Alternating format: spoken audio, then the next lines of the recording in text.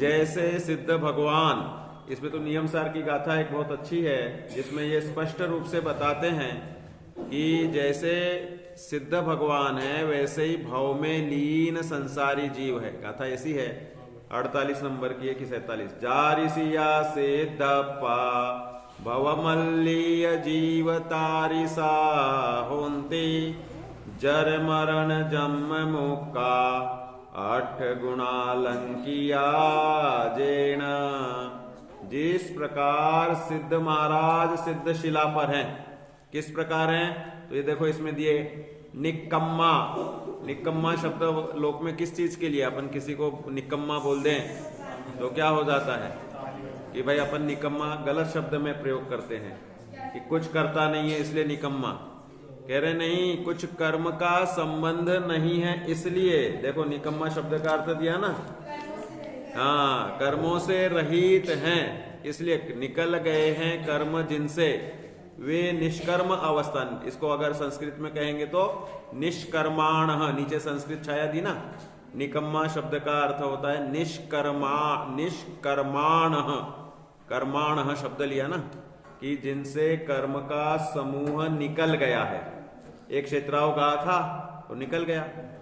तो भव में लीन भी जीव स्वभाव से सिद्ध भगवान के समान ही हैं। कैसे हैं कि निष्कर्म है, 8 गुणों से सहित हैं और किंचुणा, किंचित न्यून। किंचुणा शब्द तो इसके लिए दिया ना कि अंतिम शरीर से कुछ न्यून कम आकार वाले हैं। क्यों हो जाते हैं कम आकार?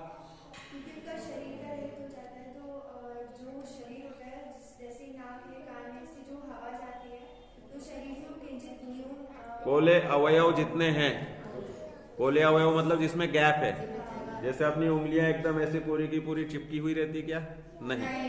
कान के, नाक के, ऐसे पेट में पेरिटोनियम और बीच में आंतों के बीच में गैप होता है और गैस भर जाती है तो पेट फूल जाता है, तो वो खाली जगह होती है।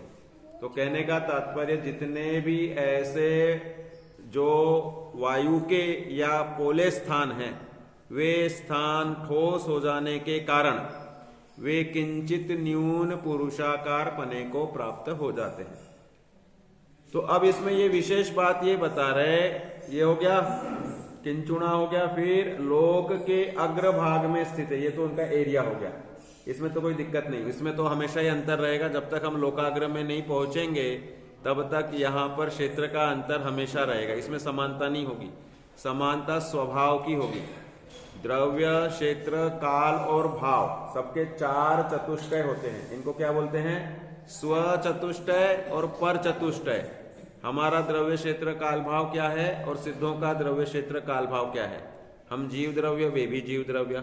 हमारा क्षेत्र निश्चय से तो हम भी असंख्यात प्रदेशी हैं और निश्चय से वो भी असंख्यात प्रदेशी हैं। ऐसा नहीं कि सिद्ध भगवान बन गए तो प्रदेश कम हो गए हों या बढ़ गए हों, ऐसा कुछ भी नहीं।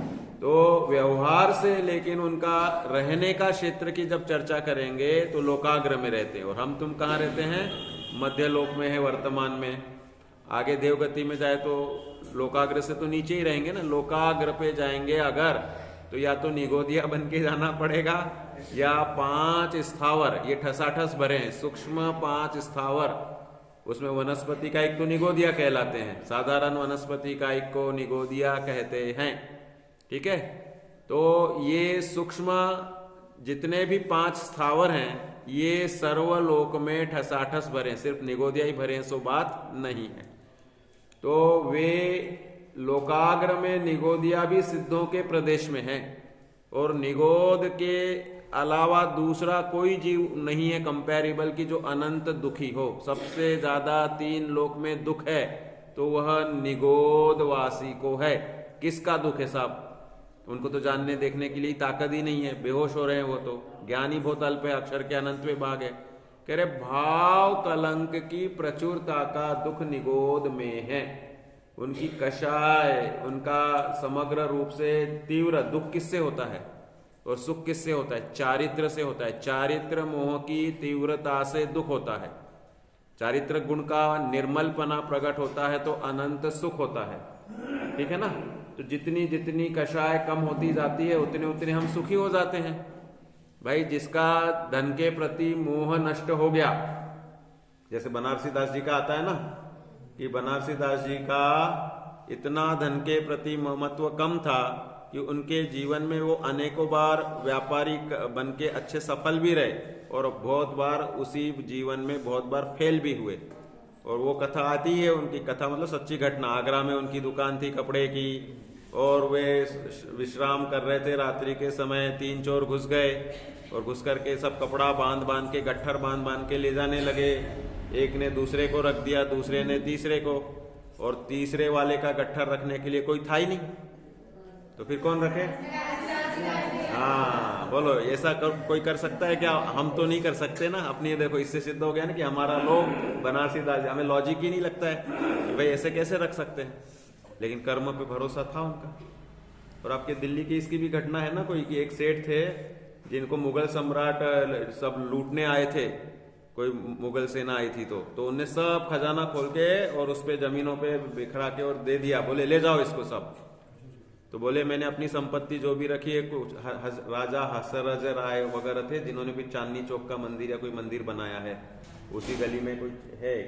तो दिल्ली की भी घटना ऐसी है कि वो भी निर्मोही थे काफी, तो चोर सरप्राइज होकर के वो सम्राट जो था या जो भी लूटने आया था उनकी उस उदारता को और अच्छी भावना देख के बिना लूटे चला गया था। ऐसी भी एक दिल्ली के कोई सेठ की आती है। तो यहाँ तो ये बताना है कि बनारसी दास जी ने स्वयं पोटली रख दी। फिर आगे की भी बात मालूम होगी सबको। क्या होता है, चोर अपने घर जाते हैं, लेकिन चोर भी रहता था तो नीतिवान चोर रहता था। नीतिवान चोर अपनी माँ की बात मानता था, पिता का आदर, अब पिता नहीं रहे होंगे उनके, तो माँ की बात मानते थे। माँ से कहा देखो आज हम ये उठा के लाए, तो बोले कैसे लाए? बोले इसने इसके ऊपर रखा, इसने इसके ऊपर रखा, और इस मेरे ऊपर किसने रखा? फिर प्रश्न एकदम से आया। भाई भागदौड़ में तो पहले चोरी का काम निपटाने का था, तो वहां पर वह बोले कि तुम इस दुकान में, बनारसी दास जी के दुकान से तो चोरी करके नहीं लाए? बोले हाँ, हम उसी इलाके में उधर गए थे, वो उनकी दुकान से। बोले देखो वो सज्जनतम व्यक्ति है, और बहुत ही बनारसी दास जी के समयसार नाटक के पद्य घर घर गाए जाते थे। वो चोर कोई जैनी नहीं था, लेकिन आसपास कोई जैनी रहते होंगे तो उनके आचरण से प्रभावित थे। हमें इस कथा से ये प्रेरणा मिलती है कि हमारा आचरण इतना अच्छा होना चाहिए कि आपको देख करके लोग प्रभावित हों कि हाँ इनका आचरण बहुत अच्छा रहता है। कि भाई ब्राह्मी कन्याएं आई हैं तो इनकी इतने अच्छे आचरण को देख करके बाकी समाज प्रभावित होवे कि देखो कितने समय पे भक्ति करती हैं, सिस्टमैटिक सब क्लासे अटेंड करती हैं, बहुत सारी चीजें कंठपाठ कर रखी हो। तो ये सब आपके लिए प्रेरणा है कि ये सब आपका आचरण आपके इस नगर में बाकी कॉलोनी वासियों के लिए आदर्श बने। इस तरह से अपना जीवन बनाना चाहिए, ठीक है ना। तो बनारसी दास जी के यहाँ पर उसकी माँ ने बोला चोर की कि भाई दे के आओ, ऐसे व्यक्ति का हमें कभी भी परेशान नहीं करना है। और वो फिर तीनों चोर वो सब लेकर के आए और उनको वापस दिया। बनारसी दास जी ने बोला इसको मैं तभी वापस लूंगा कि तुम अब चोरी का काम छोड़ो और मेहनत करके जो रूखी सूखी मिले सो खाओ। ऐसी उनकी ज्ञानियों के जीवन से तत्व का मूक प्रचार होता है। सीख कहानी की ये हमारा जीवन हमारे व्यक्तित्व का और जैन धर्म का, न धर्मो धार्मिको विना, धर्म धार्मिक व्यक्ति के अंतर में रहता है। अगर हमारे आचरण में कोई अन्यथापना, विपरीतपना रहता है तो उससे धर्म की अप्रभावना होती है। इसलिए हमें यह आवश्यक है कि हम अपने आचरण को इतना अच्छा करें कि जिससे लोगों को सहज ही धर्म ग्रहण करने की भावना जागृत हो।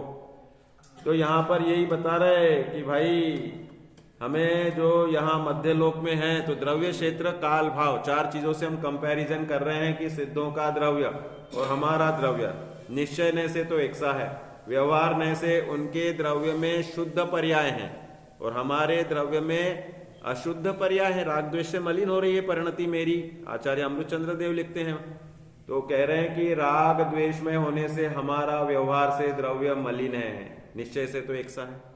फिर क्षेत्र, हमारे चैतन्य क्षेत्र और उनका चैतन्य क्षेत्र, अगर निश्चय से देखा जाए तो असंख्यात प्रदेशी दोनों एक से हैं, और व्यवहार से हमारा स्वयं का क्षेत्र प्रदेशत्व गुण की अपेक्षा, हम जिस शरीर में उस अवगाहना के हैं, और वो किंचित न्यून पुरुष, उनका क्षेत्र बदलेगा नहीं, उनके प्रदेश चलायमान नहीं होते, हमारे प्रदेश चलायमान होते हैं।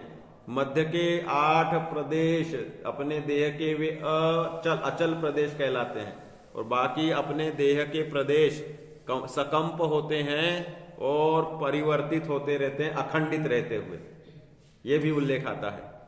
और सिद्धों के प्रदेश अचल, उनके प्रदेश कंपन नहीं होते। सकंप होना वह योग है, आत्मा के प्रदेश कंपित होंगे तो कर्माश्रवण होगा, तो इसलिए वे अचल वो है ना, ध्रुव अचलपने को प्राप्त हो गए।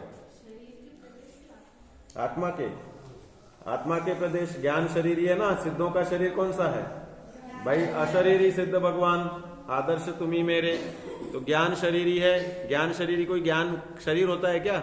शरीर तो उसे कहते हैं जो श्रु इरन शीर्यते तत्शरीरम, जो निरंतर क्षीणता को प्राप्त हो उसे शरीर कहते हैं।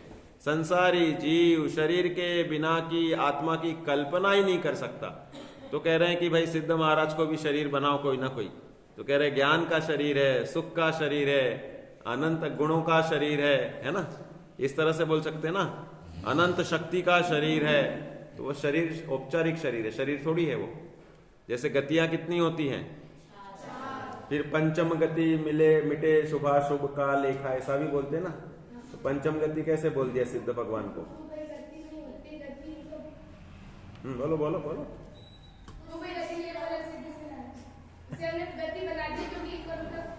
जी परिभाषा क्या है? गति किसे कहते हैं? बाल बोल।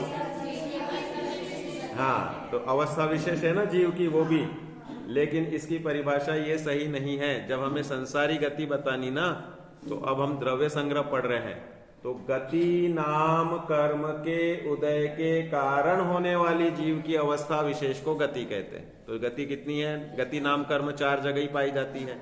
सिद्धों के गति नाम कर्म का उदय है क्या? नहीं है। तो इसलिए उन्हें गतिवान कहना उपचार है, वास्तव में गति नहीं है उनकी, गति नाम कर्म का उदय नहीं है। तो इस रूप में ऐसे ही उनको शरीर नहीं है, शरीरातीत हैं सब। उसमें आगे देते हैं ना, अपन ने ये पढ़ा था ना अभी, सदेह परिमाणो, तो उसमें संसारस्थ जीव देह परिमाण है, और उधर वे देहातीत अवस्था है। सिद्ध भगवान गुणस्थान में है क्या? गुणस्थानातीत अवस्था है। सिद्ध भगवान मार्गणा में है क्या? मार्गणातीत अवस्था है। सिद्ध भगवान में कोई भी अवस्था लागू नहीं होती, भूत नैगम नय से हम उनमें लागू कर करके समझने के लिए लगाते हैं। तो द्रव्य हो गया, क्षेत्र हो गया, काल। सिद्ध भगवान कब से कब तक रहेंगे? तो उसे हम कहेंगे सादि अनंत। आदि है ना, शुरुआत है, और बाकी उनका जीव द्रव्य का काल कैसा है? अनादि अनंत है। और हमारा भी निश्चय से जीव द्रव्य का काल अनादि अनंत है। सादि अनंत काल के लिए सिद्ध महाराज सिद्ध बन गए हैं, अब अनंत काल के लिए रहेंगे। हमारा काल व्यवहार से देखा जाएगा तो जिस पर्याय में है, भाई इस मनुष्य गति में 100 साल का काल है हमारा, इस आत्मा का इस पर्याय में रहने का स्थूल काल 100 साल का, कहीं पे रहेगा तो 33 सागर का, कहीं पे रहेगा तो 1 करोड़ पूर्व का, जिस अवस्था में रहेगा। तो काल, व्यवहार काल में अंतर है, निश्चय काल में अंतर नहीं है। और फिर चौथा भाव, सिद्धों का क्या भाव है साहब? और अपना क्या भाव है? स्वभाव। स्वभाव निश्चय ने से एक सा ही है हमारा। इसीलिए जो गाथा दी ना, जारी सिया सिद्धप्पा भवमल्लीय जीव तारिसा होंती, जैसे सिद्ध भगवान लोकाकाश में, लोकाग्र में मुक्त हैं, सुखी हैं, अनंत गुण संपन्न हैं, वैसे ही भव में लीन सभी संसारी जीव हैं। इसलिए संसार में रहते हुए जीव स्वभाव से सिद्ध है। हम भी सिद्ध हैं। सिद्ध समान सदा पदमेरो, जो निश्चयाभासी का प्रकरण मोक्ष मार्ग प्रकाशक का है, तो उसमें कह रहे कि यार पर्याय में सिद्ध मानना तो निश्चयाभास है, तो हम पर्याय में सिद्ध अवस्था नहीं मान रहे, पर्याय में स्वभाव को लक्ष्य करके सिद्ध समान मेरा स्वरूप है, स्वभाव है, ऐसा स्वीकार कर रहे हैं। पर्याय सिद्धों में थोड़ी हो गई हमारी। तो इसलिए स्वभाव का लक्ष्य करना वह सम्यक दर्शन, स्वभाव में सिद्धावस्था का स्वीकार करना वह सम्यक दर्शन, और पर्याय में सिद्धावस्था को मानना मिथ्या दर्शन या निश्चयाभास। ठीक है। अब इसके लिए कथा दी है आपके इसमें पद्म पुराण में कथा दी है। किसकी कथा दी है? अनंत श्री और धन श्री। ये कथा किसी ने नहीं सुनी होगी वैसे। जैसे अनंगशरा जंगल में रही, कितने साल तक रही? 3000 वर्ष तक। अंजना वन में रही, अनेकों कुछ महीनों तक रही। प्रेग्नेंट होने के बाद ही सब हुई, तो हनुमान के जन्म होते ही और वह मामा के हनुरूह द्वीप में चले गई, तो मतलब भाई के यहाँ पे या मामा के यहाँ पे जो भी। और सीता भी वन में रही।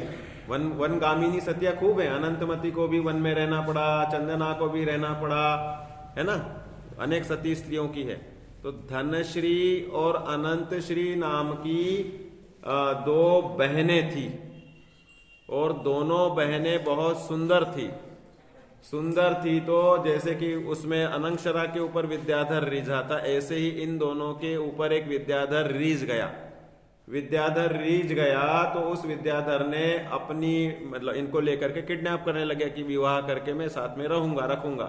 लेकिन उसकी पत्नी को मालूम पड़ गया, तो वो पीछे पीछे वो भी विद्या के सहारे आ गई, और वह विद्या के सहारे उधर आने के बाद में ये घबरा गया कि भाई पत्नी डांटेगी और ये होगा। तो इसने पर्ण लघवी नाम की विद्या होती है कि जिसमें विद्या के सहारे शरीर को पत्ते जैसा हल्का कर दिया जाता है, और उसके सहारे उसने उनको जंगल में छोड़ के और फटाफट भाग गया, और पत्नी भी उसके साथ चली गई। उनका जो भी हुआ होगा हुआ होगा।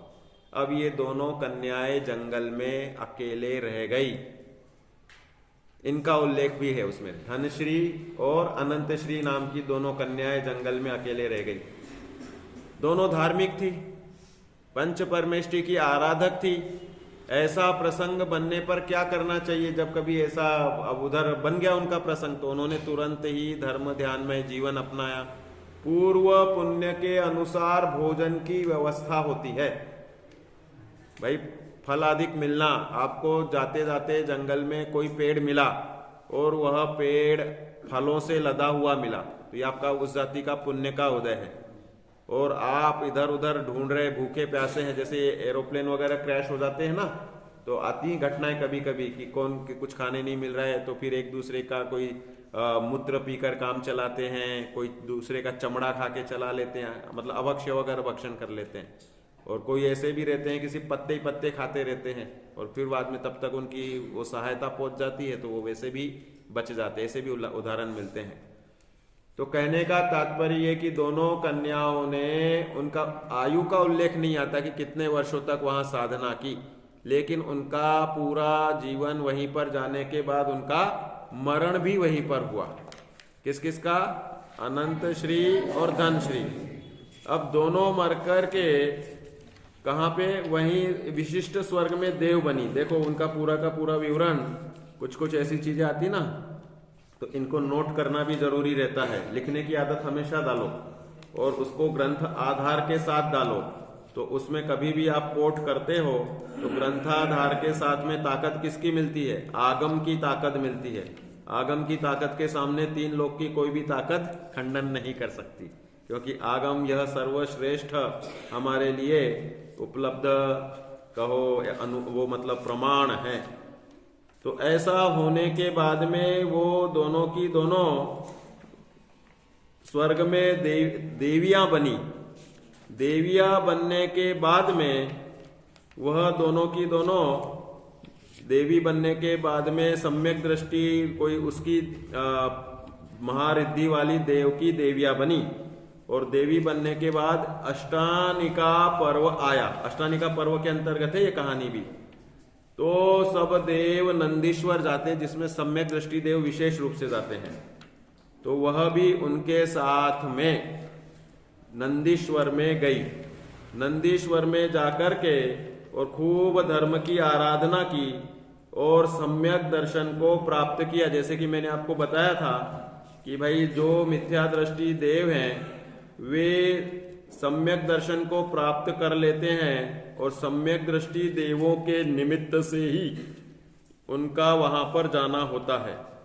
तो इस तरह से वह नंदीश्वर में जाकर के उन्होंने सम्यक दर्शन प्राप्त किया। अब इधर मनुष्य के भाव में उन्होंने किया कि नहीं, इसका उल्लेख तो नहीं लिखा है।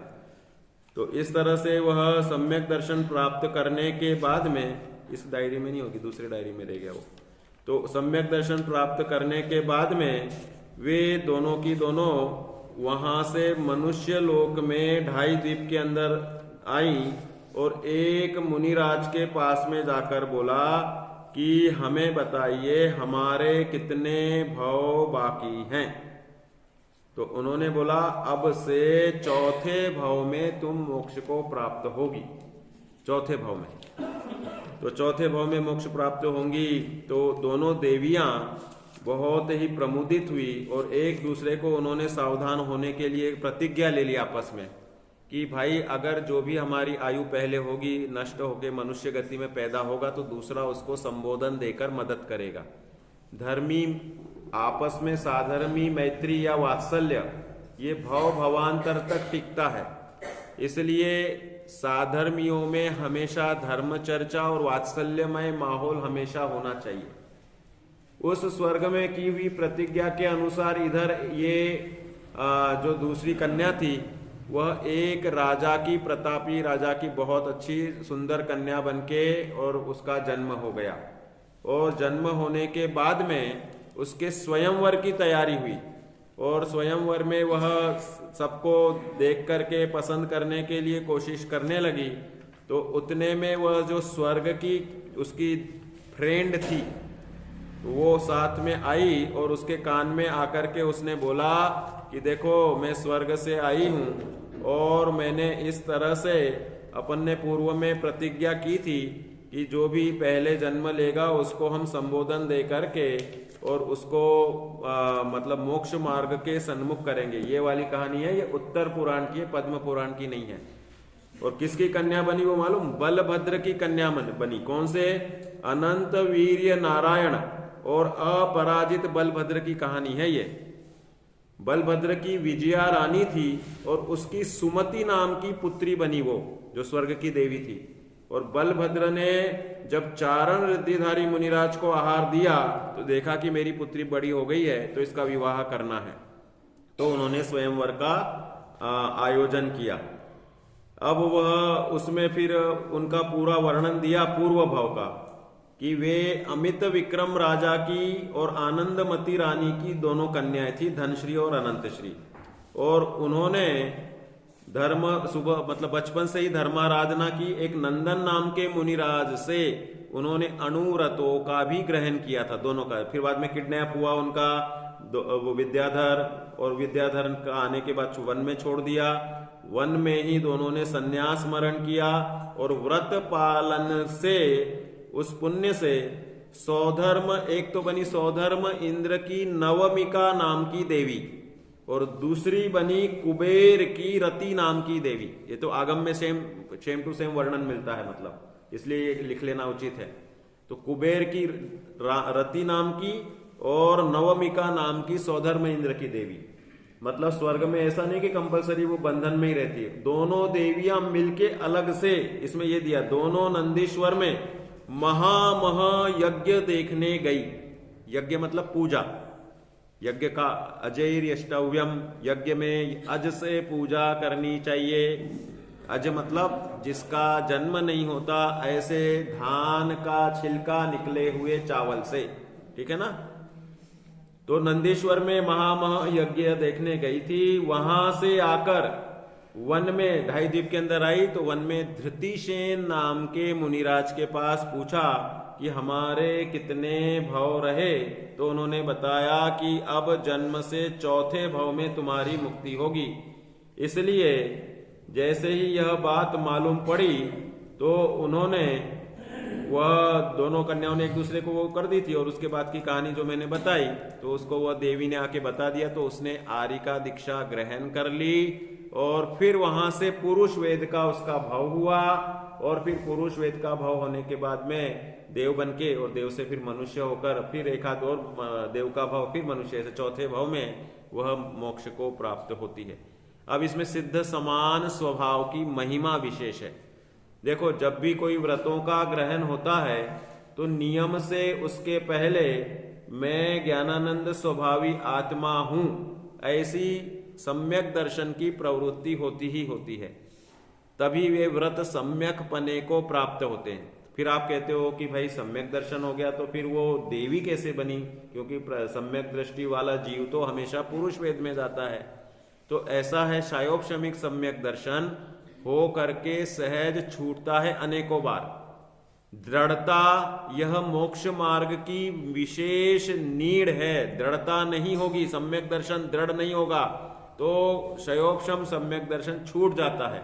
और जिनका पूर्व के जीवन में कोई अनुरत आदि का पालन नहीं रहा हो और सिर्फ अंतिम समय कर लिया है, तो कह रहे अगर उनके परिणामों की गहराई नहीं होगी तो पूर्व के पाप का जो बंध है और पूर्व का जो अतत्व निर्णय का लंबा काल गया और उसमें इस नवीन सम्यक दर्शन की दृढ़ता नहीं होगी, तो वह सम्यक दर्शन आयु के अंत में छूटेगा।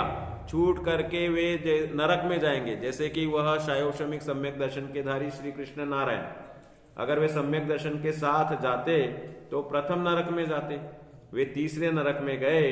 तो इससे सिद्ध होता है कि उनका अंतिम काल में शायोपशमिक सम्यक दर्शन छूटा और फिर वहां नरक में जाकर के पुनः उन्होंने वह ग्रहण कर लिया। इस तरह से यह अनेक प्रकार की भूमिकाएं बनती हैं। इसलिए सम्यक दर्शन जब तक टीका है तब तक वह आपका छ डाला वाला छंद है ना, प्रथम नरक बिन वाला, बोलो प्रथम नरक बिन षटभु ज्योतिष वान भवन षंड नारी, फिर ठावर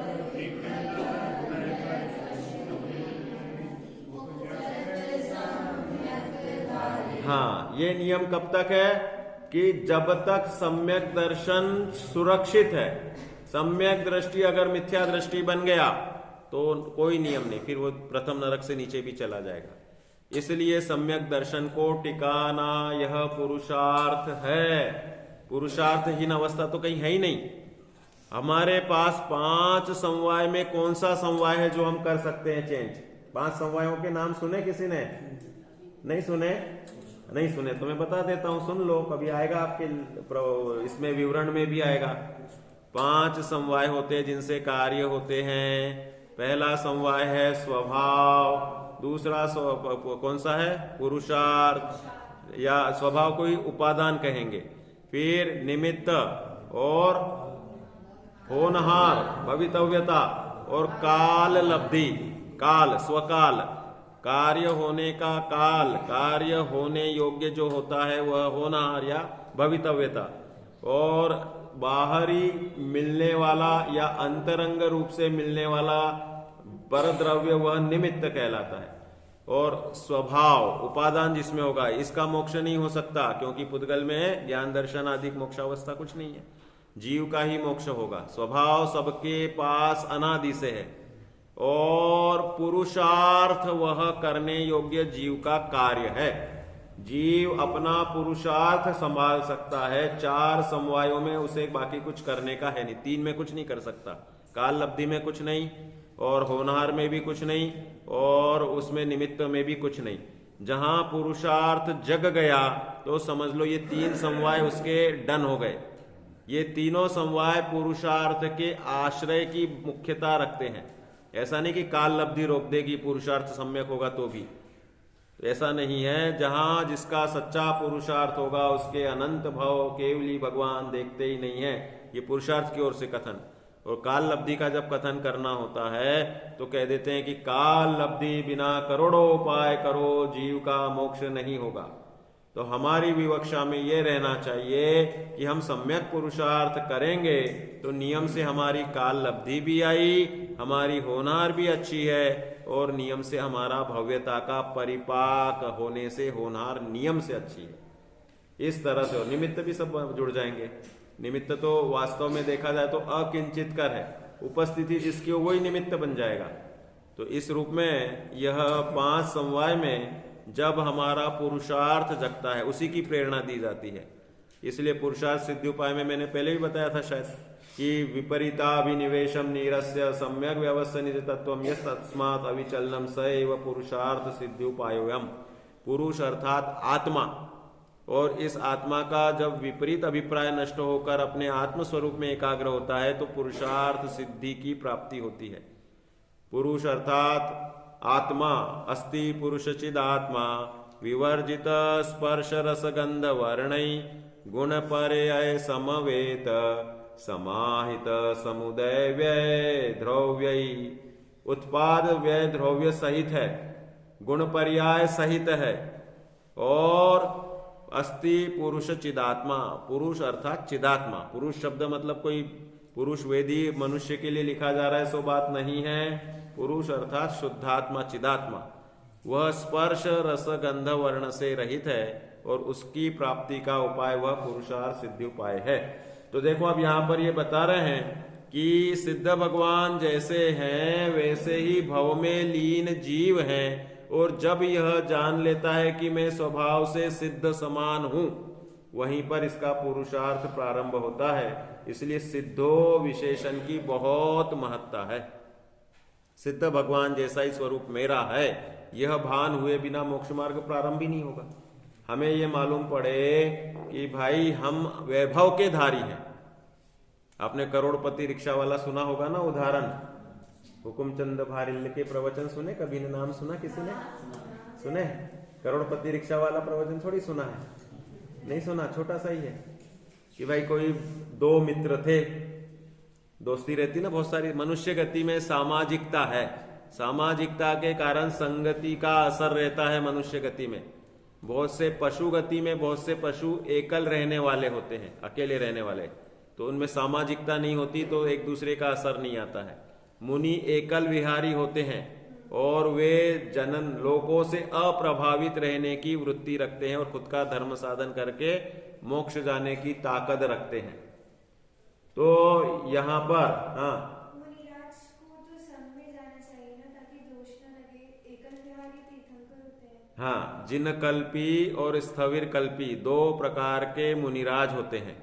जिन कल्पी मुनिराज जो कठोर से कठोर साधना वाले, तो जैसे इन्होंने कहा तीर्थंकर मुनिराज, तो जिन कल्पी और स्थविर कल्पी का डिटेल में वर्णन मिलता है और तिलोपणत्ति आदि ग्रंथों में, तो उसमें ये बताते हैं, मूलाचार में भी शायद ये वर्णन है, उसके भेद दिए हैं 10-12 कि जिन कल्पी मुनिराज को कांटा लग जाए तो वो कांटा खुद के हाथ से नहीं निकालेंगे।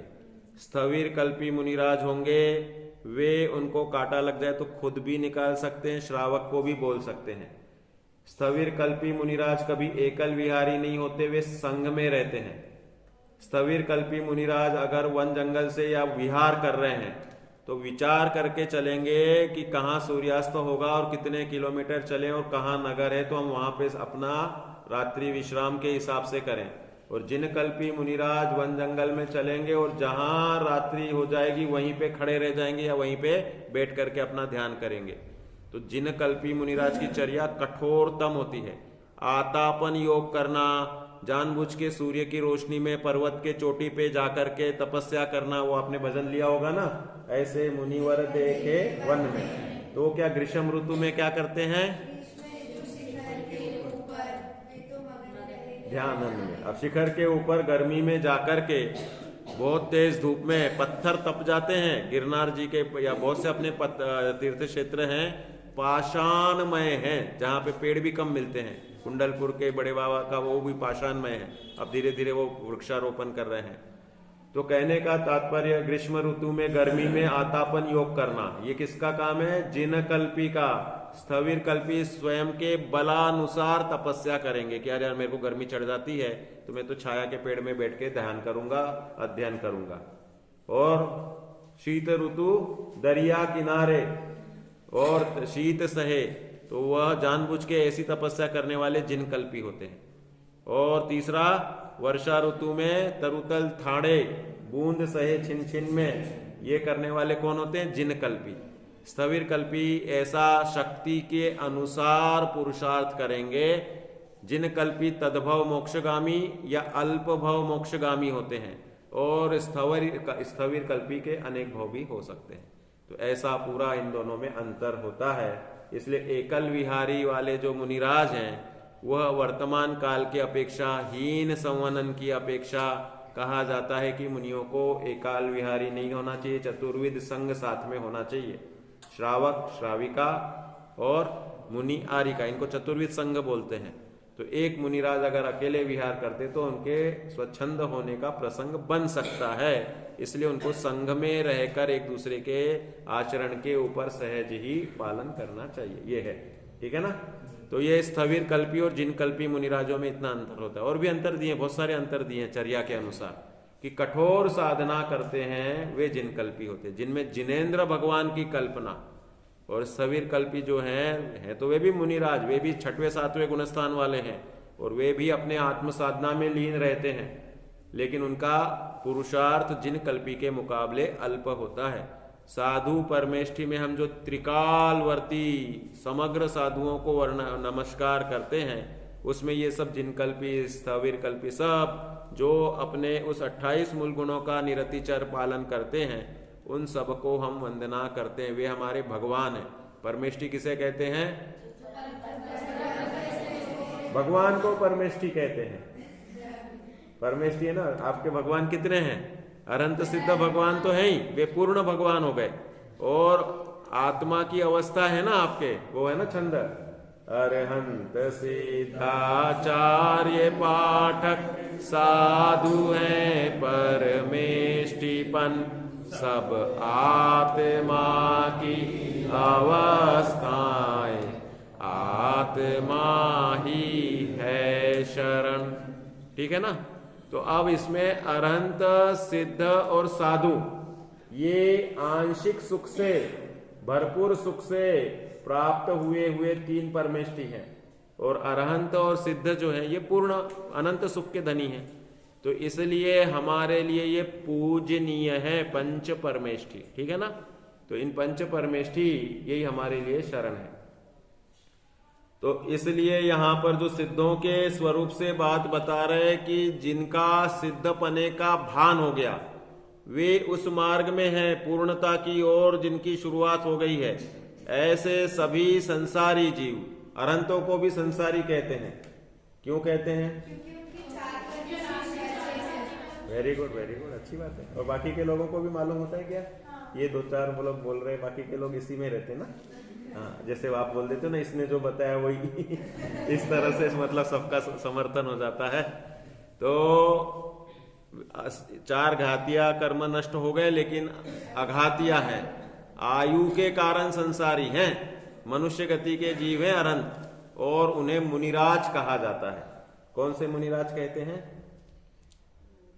पुलाक, बकुश, कुशील और फिर स्नातक। स्नातक कहते हैं अरंत भगवान को, स्नातक मुनि कहलाते हैं अरंत भगवान। और बाकी ये भावलिंगी संतों के ही भेद है, पुलाक, बकुश, कुशील आदि। तो कहने का तात्पर्य यह है, निर्ग्रंथ, पुलाक, बकुश, कुशील, निर्ग्रंथ, स्नातक, ये 5 भेद है ना। तो स्नातक होते हैं अरंत परमेष्ठी, मुनि अवस्था में है, मनुष्य गति के जीव हैं। आयु कर्म जब तक है, मनुष्य आयु चल रही है और फिर भी अनंत सुखी हैं। हमारे तुम्हारे बीच में अनंत सुखी जीव देखना हो तो अनंत भगवान को देखना होता है। और आंशिक सुख से ये आचार्य, उपाध्याय, साधु। तो ये सिद्ध स्वरूप है, उसके भान वाले जीव पंच परमेष्ठी बन जाते हैं। अच्छा, पंच परमेष्ठी में संयम की मुख्यता है। सम्यक दर्शन, ज्ञान और चारित्र जिनमें पाया जाता है उन्हें पंच परमेष्ठी कहते हैं। केवल सम्यक दर्शन से जिन संज्ञा जो आप दे रहे हो वो अध्यात्म की विवक्षा है, वह सम्यक दृष्टि पूजनीय नहीं है, क्योंकि पूजा यह चरणानियों की क्रिया है और संयम की, चारित्र की पूजा होती है। चारितम खलु धम्मो और दंसन मूलो धम्म। तो मोह शोभ विहीन आचार जिनका हो गया, मोह शोभ से रहित जो हो गया चारितम, तो उनकी पूजा होती है। चारित्रवान को अर्घ्य समर्पित किया जाता है, इसलिए वह पंच परमेष्ठी उनकी संयम को देखते हुए, चारित्र को देखते हुए पूजन प्रारंभ होती है। इसलिए यह भी हमें विवेक होना चाहिए। इसका मतलब यह नहीं कि सम्यक दृष्टि आदरणीय नहीं है, आदरणीय है, वंदनीय है, लेकिन अष्ट द्रव्य से पूजनीय नहीं है। ठीक है ना, अर्थ समझ में आ गया। तो ये सिद्ध भगवान का यहां पर स्वरूप दिया, लोक के अग्रभाग में है, नित्य है। और दूसरा क्या दे रहा है, उत्पाद व्यय से युक्त है। संयुक्ता लिख रहे हैं ना, उत्पाद व्यय से क्यों लिखना पड़ रहा है कि पर्याय सहित है। सिद्ध भगवान की भी पर्याय, उत्पाद व्यय निरंतर हो रहा है और नित्यपना है, ध्रुव स्वभाव की अपेक्षा है। और उनकी स्थूल रूप से भी जो हम पर्याय कहते हैं कि सिद्ध भगवान कब तक रहेंगे, रही है अनंतानंत काल, यथा तथा शिव परिणय, तो अनंत काल तक रहेंगे। तो उनकी जैसे हम यहां पर बोलते हैं कि पर्याय अपनी कितने साल की, मनुष्य गति की, असमान जाति पर्याय 100 साल की, तो ऐसे सिद्धों की वह अवस्था हुई है, तो वह उनके ज्ञान दर्शन सुख वीर्य आदि की पर्याय कब तक रहेगी, कह रहे निरंतर नवीन नवीन होगी, लेकिन अनंत काल तक सदा सुखमय, सदा अनंत केवल ज्ञान में बनी रहेगी। इस प्रकार से समझना चाहिए। तो ये इनका सिद्धों का विवेचन हो गया। और फिर बाद में बता रहे विश्वसोढ़ गई, ये दिए ना, ये भी विशेषण है। देखो 2 नंबर की गाथा में है ना, इसका अर्थ किया है इन्होंने, 100 शब्द का भी किया और विस्रसह शब्द का भी अर्थ किया है। क्या होता है विस्रसह शब्द का अर्थ,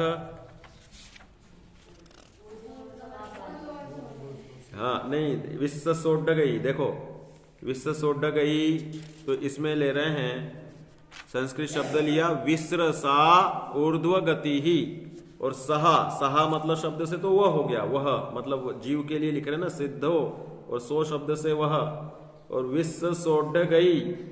यद्यपि यह जीव व्यवहार से 4 गति उत्पन्न करने वाले कर्मोदय के वश ऊर्ध्व, अधो और तिर्यक गति रूप स्वभाव वाला है। कर्मोदय के कारण कौन सी गति होती है, ऊर्ध्व हो रही है, अधो भी हो रही है, और तिर्यक मतलब टेढ़ी भी हो रही है। और निश्चय से केवल ज्ञानादि अनंत गुणों की प्राप्ति जिसका लक्षण है, ऐसे मोक्ष गमन के समय विस्रसा अर्थात स्वभाव से ऊर्ध्व गमन करने वाला है। विस्रसा स्वभाव से, विस्रसा स्वभाव का अर्थ क्या दिया है बताओ भाई, विस्रसा स्वभाव का क्या अर्थ दिया है। विस्रसा शब्द से विशेष है या क्या है, स्वाभाविक नहीं, विस्रसा स्वभाव मतलब स्वाभाविक स्वभाव से, हाँ हाँ, तो स्वाभाविक स्वभाव से, विभाव स्वभाव से चारों तरफ जाते हैं या दशों दिशाओं में जाते हैं, और बिना विभाव स्वभाव अर्थात स्वभाव मात्र से सर्वथा गमन करते हैं। विस्रसा शब्द का इन्होंने टीका में अर्थ नहीं दिया अलग से, ब्रह्मदेव सूरी की टीका में आगे दिया होगा, तो अंत में देखते हैं इसके बाद में क्या दिया है। जब ऊर्ध्व गमन का भी गाथा दी होगी ना सिद्धों के बाद में, सिद्धों की कौन सी गाथा है, हाँ हाँ, विस्रसा शब्द का अर्थ देखो, विस्रसोपचय तो मैं जानता हूं क्या होता है कि हम जो परिणाम करते ना, तो इसके अनुसार जो कर्म सामग्री हमारे परिणामों के निमित्त से कर्म बनते हैं, तो जो कर्म सामग्री कारमान वर्गणारूप होकर हमारे साथ चिपकने को तैयार है उसे बोलते हैं विस्रसोपचय। विस्रसा मतलब इधर उधर बिखरी हुई, उसको बोलते हैं विस्रसा, मतलब इसमें उपचय में इधर उधर बिखरी हुई सामग्री, उपचय अर्थात समूह। जब हमने राग द्वेष किया, कोई कषाय की, तो 14 राजू, इधर से तो 7 राजू हो गया मध्य लोक में, तो मैंने कषाय भाव या कोई परिणाम किया और वो कर्म ऊर्ध्व लोक में सिद्धशिला के आसपास के प्रदेश का होगा, मेरे परिणामों के निमित्त से बंधने योग्य सामग्री वहां से तैयार होगी, तो एक समय में वह परमाणु आकर के मेरे आत्मा के साथ बंध जाएगा। उसे बंधने योग्य कर्म सामग्री को विस्रसोपचय कहते हैं, और जीव के परिणामों का निमित्त पाकर फटाक से बंध जाती है। विस्रसा उपचयः, बिखरी हुई कर्म वर्गणाओं की सामग्री को विस्रसोपचय कहते हैं। अब इसमें विस्रसोढ़ गई, इसमें विस्रसा शब्द से विशेष और स्वाभाविक 2 ही शब्द निकलना चाहिए, इसमें बिखरने का तो कोई काम है नहीं। स्वभाव से ऊर्ध्व गमन, ऊर्ध्व गमन स्वभाव वाला है, इसलिए वह सिद्ध अवस्था में ऊर्ध्व गमन करते हैं। ठीक है, अब देखो इसकी टीका के बाद में अंत में दिया है, तो वह विशेषोड्डय कई का भी वर्णन आएगा। इतनी बहुत लंबी चौड़ी टीका है इसकी 14वीं गाथा की। हाँ, प्रायोगिक और वैश्रेषिक वो तो शब्द के अपेक्षा से वो तो अलग है। प्रायोगिक गुण, वैश्रेषिक गुण, तो प्रायोगिक विभाव की अपेक्षा ऐसा और वैश्रेषिक स्वभाव की अपेक्षा। हाँ, अब देखो इसके बाद में इन्होंने इस प्रकार, ये इधर 14वीं गाथा में पूरा प्रकरण कर दिया इन्होंने। इस प्रकार षड्द्रव्य पंचास्तिकाय के प्रतिपादक, पेज नंबर 57, उसमें नीचे वाली लाइन, सिद्धों का स्वरूप के बाद में इसमें टीका में इन्होंने ये दे दिया, इस प्रकार षड्द्रव्य पंचास्तिकाय के प्रतिपादक प्रथम अधिकार में नमस्कार गाथादि 14 गाथाओं द्वारा 9 अंतर स्थलों द्वारा जीव द्रव्य के कथन रूप से प्रथम अंतराधिकार पूरा हुआ। तो ये ऊर्ध्वगमन वाले का वर्णन, विशेषोड्डगई वाले का वर्णन कहाँ पे आया? इसका सिद्धों के स्वरूप बताने के बाद में पूरा कर दिया इनने। तो या तो अपने, हाँ, कौन से पेज पे बताओ? हाँ, उसमें दिया है, तो कहाँ पे दिया है? इस ब्रह्मदेव सूरी की टीका में इनमें नहीं रहा क्या? क्योंकि सिद्धों का इन्होंने दिया संशय रुचि, संक्षेप रुचि का भी वर्णन दिया है। देखो ये दिया, यहां कोई कहता है, पेज नंबर 53 पे है कि जीव जहां मुक्त हो वहां ही रहता है। पैराग्राफ देखो यहां पर, वो तो दिया ना इसमें, सिद्ध कैसे न्यून है, और ये सब दे दिया। नासिक आदि छिद्र, कोई शंका करता है जिस प्रकार, ये पेज नंबर 52 पे देखो, इधर से पढ़ते हैं अपन। देखो आज अच्छा स्वाध्याय हो जाएगा अपना। तथा वे सिद्ध कैसे हैं, ठीक है। चरम शरीर से कुछ न्यून है, वह किंचित न्यूनपना शरीर उपांग जनित नासिक आदि छिद्र अपूर्ण होने से जिस क्षण सहयोगी गुणस्थान के चरम समय में 30 प्रकृतियों के उदय का नाश हुआ, उनमें शरीरों आंगोपांग, मतलब आंगोपांग नाम कर्म का भी नाश हुआ, उसी क्षण हो गया, ऐसा जानना। अब बोल रहे, कोई शंका करता है कि जिस प्रकार दीपक को ढकने वाला पात्र आदि दूर होने पर दीपक के प्रकाश का विस्तार हो जाता है, ऐसे शरीर का अभाव होने से सिद्धों का आत्मा भी फैलकर लोकाकाश प्रमाण या लोक प्रमाण हो जाना चाहिए। उसका समाधान, दीपक का प्रकाश का जो विस्तार है वह पहले स्वभाव से ही होता है, पश्चात उस दीपक का आवरण हुआ है। परंतु जीव का तो लोक प्रमाण असंख्यात प्रदेशीपना स्वभाव है, प्रदेशों का विस्तार वह स्वभाव नहीं है। ऐसा किस लिए कि जीव के लोक प्रमाण प्रदेश पहले विस्तीर्ण लोक में फैले निरावरण होते हैं और पश्चात दीपक की भांति आवरण हुआ है, इस प्रकार नहीं है। परंतु जीव के प्रदेश तो पहले से ही अनादि संतान रूप से शरीर से आवृत्त रहा था, प्रदेशों का संकोच बाद में नहीं होता, तथा विस्तार शरीर नाम कर्म के अधीन ही है, स्वभाव नहीं है। इस कारण शरीर का अभाव होने पर प्रदेशों का विस्तार नहीं होता। क्या बता रहा है ये कि देह प्रमाण है ना, उसका विवेचन कर रहे हैं कि भाई जैसे दीपक को किसी ने कवर कर दिया तो वह उतने ही रोशनी में उसका एरिया हो गया, लेकिन वो कवर हटा दिया तो एकदम से रूम भर फैल जाएगा। ऐसे ही सिद्ध भगवान जैसे कर्मा हट गए तो हमारे आत्मा के प्रदेश असंख्यात लोक प्रदेश प्रमाण थे तो लोकाकाश में फैल जाने चाहिए। तो कह रहे नहीं, दीपक को तो बाद में कवर किया गया, ऐसे आत्मा का अनादि से देह प्रमाण रहने का रूप रहा है। निश्चय से यद्यपि असंख्यात लोक प्रमाण है प्रदेश, लेकिन देह प्रमाण रहा है, तो देह प्रमाण ही न्यून होकर के सिद्ध भगवान वैसे रहते हैं। और इसके उदाहरण दिए कि 4 हाथ लंबा वस्त्र किसी मनुष्य ने मुट्ठी में रखा तो मुट्ठी खोलने के बाद पुरुष के अभाव में संकोच या विस्तार नहीं करता।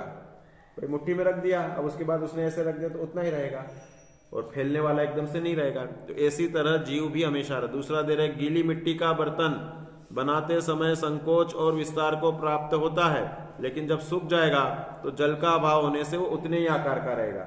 ये उदाहरणों के अनुसार समझना कि सिद्ध भगवान लोकाकाश प्रमाण नहीं फैलते, जो कि निश्चय से अपना लोकाकाश प्रमाण असंख्यात प्रदेश है। तीसरा, जल स्थानीय शरीर का अभाव होने पर संकोच विस्तार को प्राप्त नहीं होता, इस प्रकार से ये समझना चाहिए, पुरुष स्थानीय अथवा जल स्थानीय शरीर का अभाव होने पर मुक्त जीव का। कोई कहता है कि जीव जहां मुक्त होता है वहां रहता है, ये ऊर्ध्वगमन का आ गया। इसका निषेध करने के लिए पूर्व प्रयोगाद, वो जो है ना तत्वार सूत्र में, पूर्व प्रयोग से, असंग होने से, बंध का छेद होने से और गति परिणाम से, इन 4 हेतुओं द्वारा और कुमार के घूमते हुए चाक के भांति जिसका मिट्टी का लेप दूर हुआ है, ऐसी तुम्बी के भांति होती है ना, उसमें लेपा लाभू बत एरंड बीज वत, ये तो आपके तत्वार सूत्र नहीं हुआ ना, अभी 10वां अधिकार के सूत्र हैं ये, अग्निशिखा वच्च। तो ये स्वभाव से ऊर्ध्वगमन जाना और लोक के अग्रभाग तक होता है, इससे आगे नहीं होता, क्योंकि धर्मास्ति का अभाव आती। तत्वार सूत्र के 10वें अध्याय का यहाँ पर विशेष दिया है और फिर बाद में ये इतना ही विशेषण इसमें दिया है। और भी कोई बात होगी तो मैं पढ़ के आपको कल बताऊंगा डिटेल में। तो आज के इसमें तो ये समझना चाहिए कि हमें अपने सिद्ध स्वभाव की खबर होनी चाहिए। क्या सीख मिली बताओ भाई, प्रेरणा इसमें क्या क्या मिली आपको? मतलब एक तो आपको 2 कहानी दी मैंने आज, एक तो दी क्या नाम था, धनश्री और अनंत श्री की, ठीक है ना, और दूसरी, हाँ तो बताओ क्या सीख मिली, एक एक जन बताओ, उधर से बताओ। हाँ हमारा आचरण ऐसा होना चाहिए जिससे लोग प्रभावित हों। और सेम नहीं होता इसमें, एक कुछ शब्द बोलना चाहिए। दूसरी कहानी की बता दो, दूसरी कहानी में बताओ, अनंत श्री धनश्री की कहानी से क्या समझ में आया, किस तरह करना चाहिए, हमें डरना चाहिए क्या जंगल में अकेले रह जाएंगे तो, कि धर्म साधन करना चाहिए? हमें धर्म की साधना करनी चाहिए। तो अब और भी बताओ, बताओ पीछे। मतलब जितनी विपत्ति आए हमें डरना नहीं चाहिए और धर्म पर, जैन धर्म पर दृढ़ श्रद्धा रहनी चाहिए। हाँ हमें सहनशीलता का गुण अपनाना चाहिए और किसी भी विपरीत परिस्थिति में अपने धर्म को नहीं भूलना चाहिए। साधर्मी के बीच में वात्सल्य और धर्म चर्चा होनी चाहिए। हमारा जीवन हमारे व्यक्तित्व और जैन धर्म से चलता है। Very good. हाँ और हमारा जीवन हमारे व्यक्तित्व को बताता है, हमारा आचरण अच्छा होना चाहिए। और इसके सिवा हाँ, सम्यक दर्शन को दृढ़ और स्थिर रखना चाहिए। बहुत अच्छा। हाँ और स्वस्ति, जिस प्रकार बनारसी दास जी ने अपने कर्मों पर विश्वास रखा था, उसी प्रकार हमें भी सहज, मतलब कोई भी कंडीशन है हमें सहज होना। Very good. और चाहे कितनी विकट स्थिति क्यों ना आ जाए, विषम परिस्थिति क्यों ना आ जाए, हमें कभी भी हार नहीं माननी चाहिए और दृढ़ श्रद्धा जैन धर्म पर बनाकर उसका साधन। Very good. चलो सबने बता दिया, ठीक है, तो सब लोग लिखा करो। हाँ और रहेगी क्या? 2 हैं। हाँ बोलो बोलो। हाँ इनसे भी पूछेंगे। हाँ बोलो। एक मिनट, अभी पहले 2 और फर्स्ट प्रेफरेंस। हाँ हमें हमेशा धर्म की आराधना करते रहना चाहिए। ठीक है, अच्छी बात। और हमें हमेशा धर्म की आराधना करती रहनी चाहिए और उसे कभी छोड़ना नहीं चाहिए।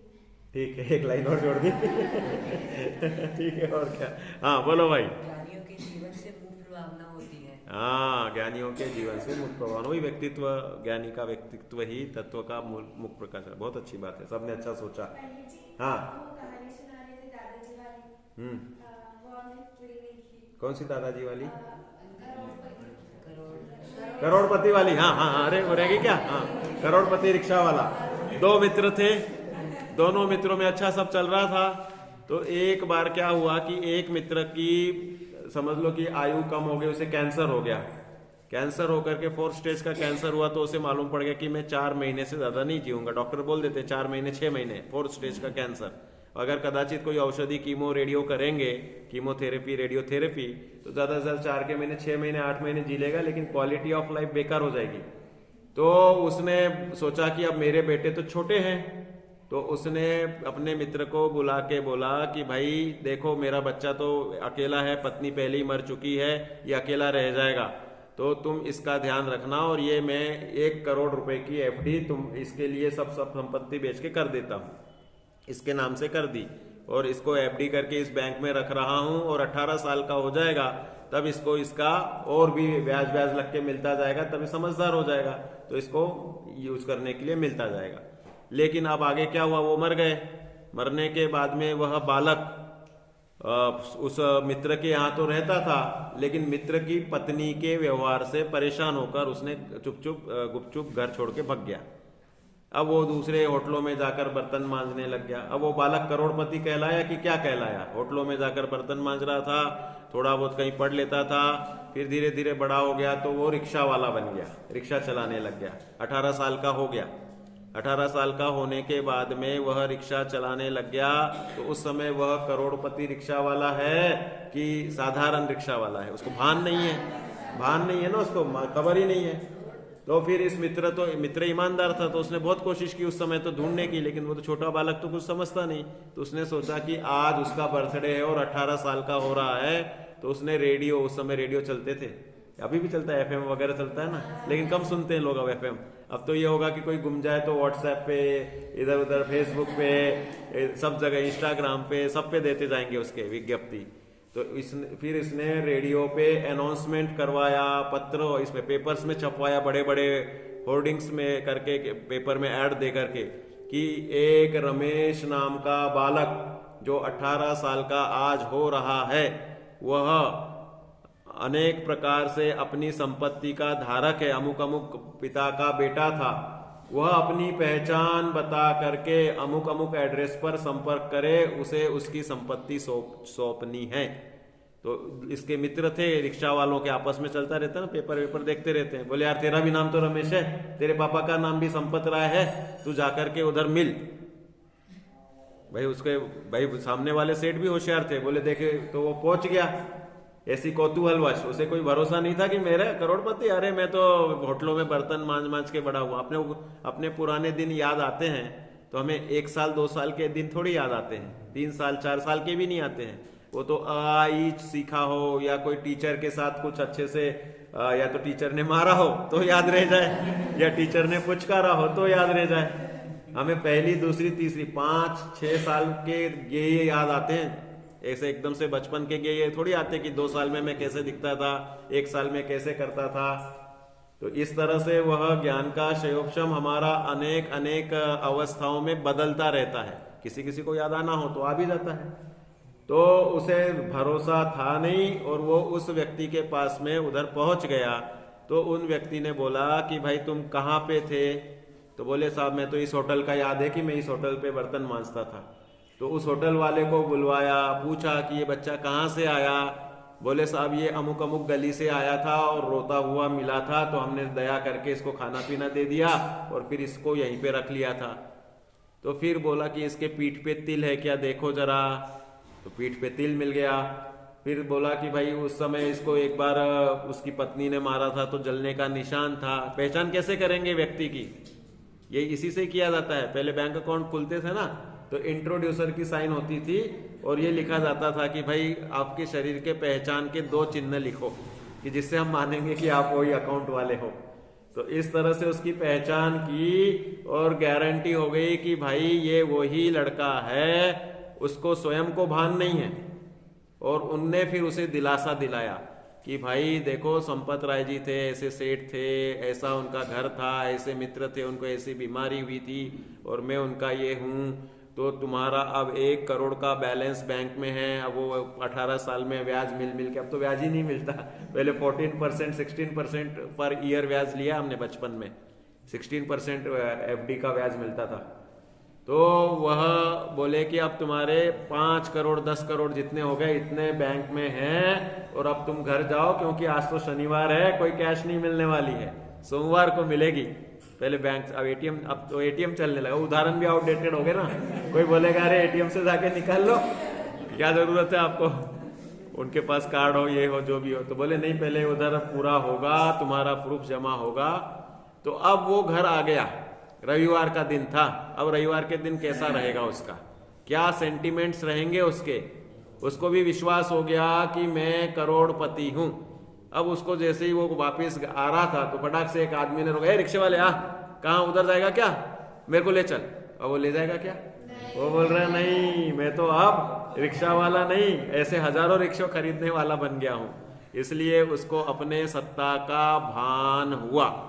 जब उसे अपने सिद्ध स्वभाव का भान हुआ तो वह सम्यक दृष्टि बन जाता है। कौन? हम तुम संसारी।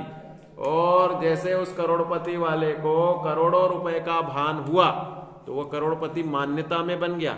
अभी हाथ में 1 रुपया नहीं आया, लेकिन 100% विश्वास हो गया कि मैं करोड़पति बन चुका हूं। तो ऐसे ही श्रद्धा में, ज्ञान में विश्वास होना चाहिए। हमें अपने सिद्ध स्वभाव का विश्वास हुआ तो वह सम्यक दर्शन है, और सिद्ध स्वभाव का विश्वास नहीं है तो कह रहे वह मिथ्या दृष्टि है। अपने आप को पर्याय की पामरता देख देख के दरिद्र होगा। जैसे वो अगर स्वीकार नहीं करे कि साहब नहीं, मैं तो हो ही नहीं सकता, हो ही नहीं सकता, फिर भी नहीं माने, मित्र के ऊपर ही नहीं, कह रहा है मेरा तो हो ही नहीं सकता। ऐसा भी हो सकता है ना कोई। बहुत से लोग इस तरह से हो जाते हैं कि मानते ही नहीं है, 1000 बार समझाओ तो भी, जो कि उसकी अच्छाई की बात है, तो भी नहीं स्वीकार करे, तो वह अपने सम्यक दर्शन पने को प्राप्त नहीं करता।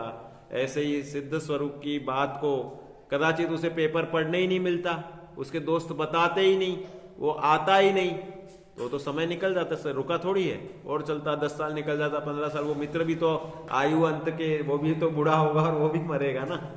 कहने का मतलब इसी तरह हमारा काल बीतता जाए, हम स्वीकार ही नहीं करें कि मैं सिद्ध समान शुद्ध हूं, मैं स्वयं ज्ञाता दृष्टा हूं, पर पदार्थ से मेरा किंचित भी संबंध नहीं है। ऐसे अगर हम अपने स्वरूप का भान नहीं करें, स्वीकार नहीं करें, तो वह सम्यक दर्शन रूपी रत्न नहीं मिलेगा। करोड़ों अरबों की संपत्ता जिसकी गुण है, अनंत गुण है आत्मा में, परमानंद सुखी होने की निधानता की कुंजी है सम्यक दर्शन, वह नहीं करे तो जैसे वो करोड़पति रिक्शा वाला करोड़ों रुपए को पाकर के भी स्वीकार नहीं करे तो उसका बेकार है करोड़पति होना। स्वीकार कर लिया तो उसको आनंद मिल गया, और वह चारित्र में भी आएगा और वो खुशी खुशी अपना जीवन जिएगा। इस प्रकार सिद्ध स्वभाव का हमें भान करना चाहिए। ये है वो करोड़पति रिक्शा वाला, सम्यक दृष्टि के लिए है। मान्यता सुधारना ही धर्म का प्रारंभ है। अगर मान्यता नहीं सुधरी तो धर्म प्रारंभ नहीं हो सकता। इसके लिए ये कहानी आपको बताई है। ठीक है, हो गया समय भी अपना। घड़ी हट गई क्या? पीछे चली गई? अच्छा, सामने, ये सामने वाली बंद है, 5:25 वाली। अच्छा नहीं, लेकिन बंद ही है। चलो जिन वो करे सहजानंदी।